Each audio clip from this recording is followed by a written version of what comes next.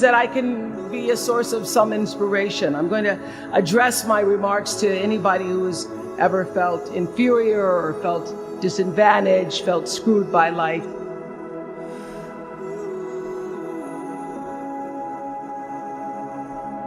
My television career began unexpectedly. As you heard this morning, I was in the Miss Fire Prevention contest.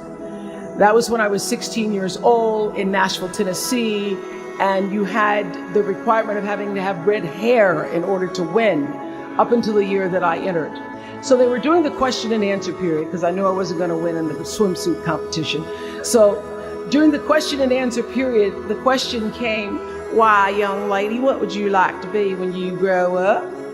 And by the time they got to me, all the good answers were gone.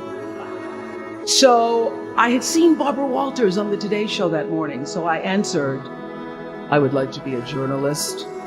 I would like to tell other people's stories in a way that makes a difference in their lives and the world." Well, I was on television by the time I was 19 years old.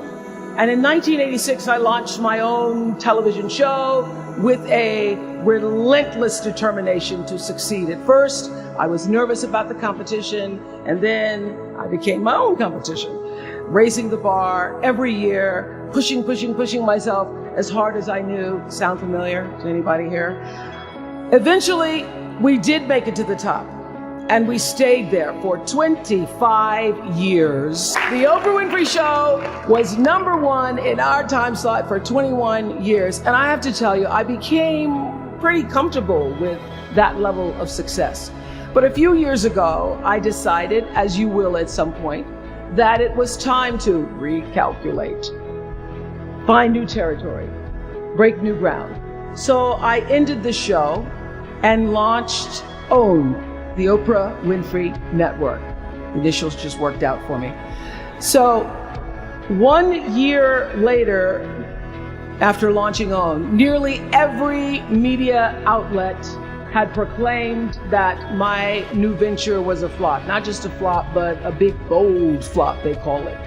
I can still remember the day I opened up USA Today and read the headline, "Oprah not quite standing on her own."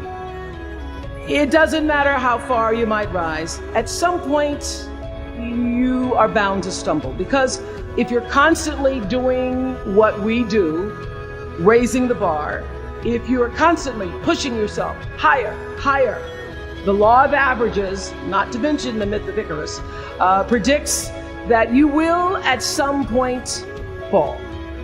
And when you do, I want you to know this, remember this, there is no such thing as failure.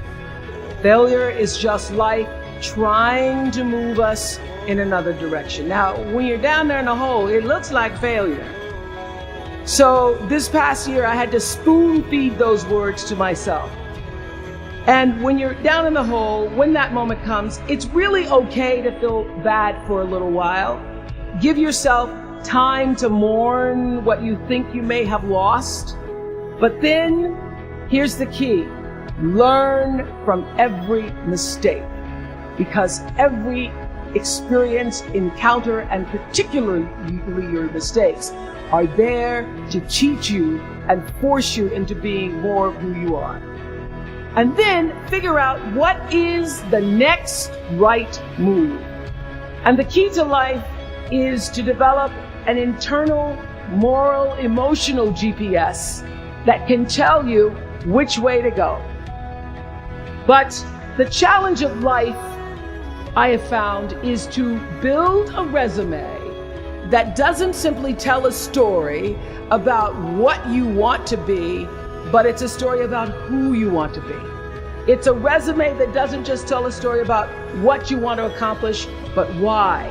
A story that's not just a collection of titles and positions, but a story that's really about your purpose. Because when you inevitably stumble and find yourself stuck in a hole, that is the story that will get you out.